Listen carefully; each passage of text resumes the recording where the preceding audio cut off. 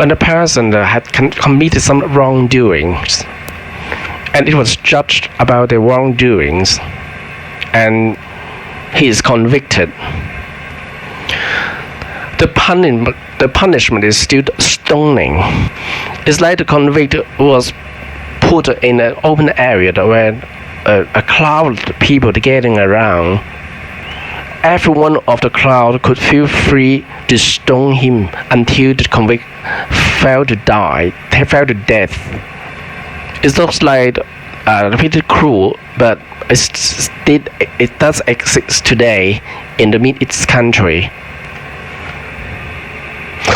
It's like anyone of the crowd be the first one to stone, or more and more people will follow. And when a good enough number of people threw stones, more and more will follow suit. So it becomes a torrent of stone that throw at the convict until he died. And you can't have suspicions that if you are one of the crowd, if you don't do the same as your other people to do, there could be a effect, that could be a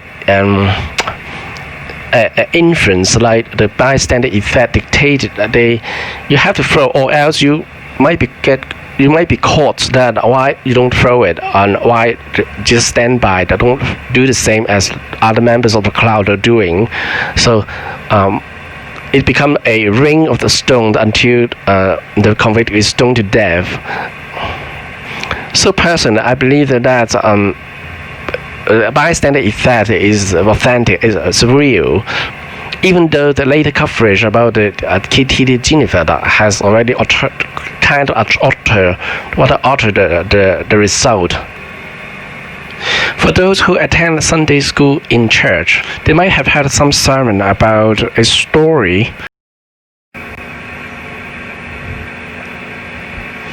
It is a story recorded in the Gospel of John in the Bible. It happened that a woman was caught red-handed in adultery. The Pharisees and the teachers of the law brought her in front of Jesus. They asked Jesus how they should deal with the woman. According to the book and the laws that written by Moses, a woman caught in adultery would have to be stoned to death. It is a Jewish law that today is still practiced in the people in Mid-East countries in certain areas. Jesus didn't say anything.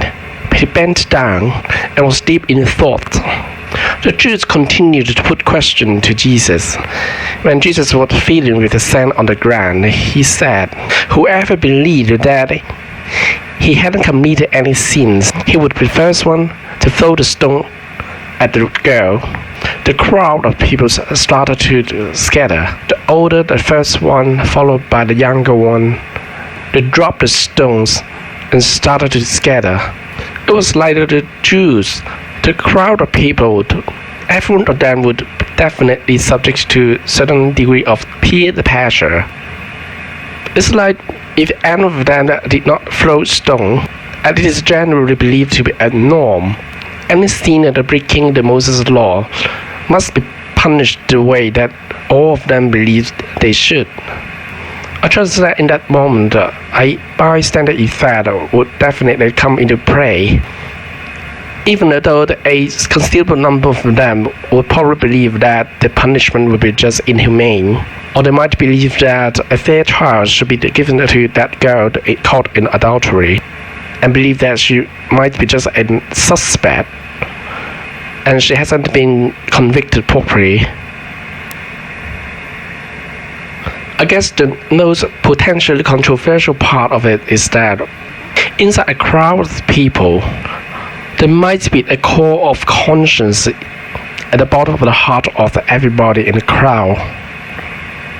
The core of conscience will gradually be drowned when the number of the crowd increased in a significant number, good enough to silence the voice of the inner heart of everybody who might call them to put themselves right with their own conscience, to judge if such a punishment is reasonable, if it's rational. In that regard, A bystander effect in that way could be quite horrendous. It's worthy for all of us to think it over. So even though the Kitty Jennifer's case could have been stained with some inaccuracy in the facts, I strongly believe that if in that case all 38 witnesses had full knowledge of how that murder happened, the bystander effect as revealed by the researchers may be very much true or close to reality.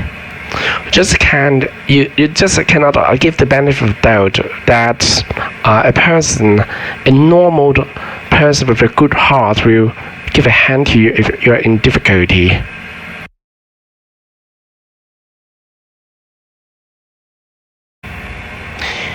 In this regard, I wonder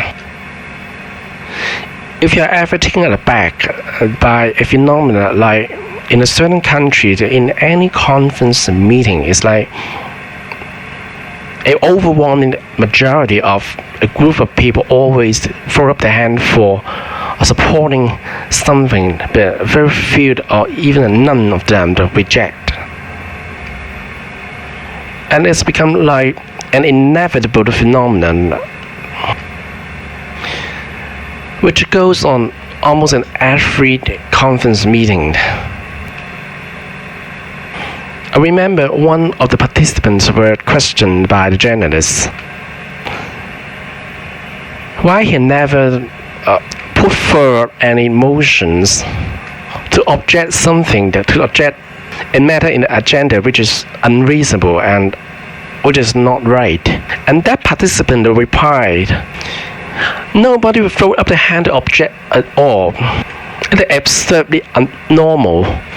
In that occasion, it is an unquestionable norm that you have to throw up to support, not to object.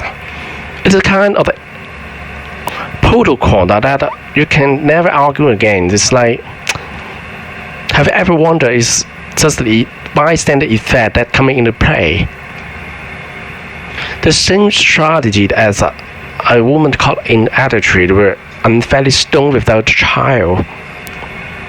Perhaps the woman deserves punishment, but there must be a significant number of participants who do not think that stoning is the right way of punishment.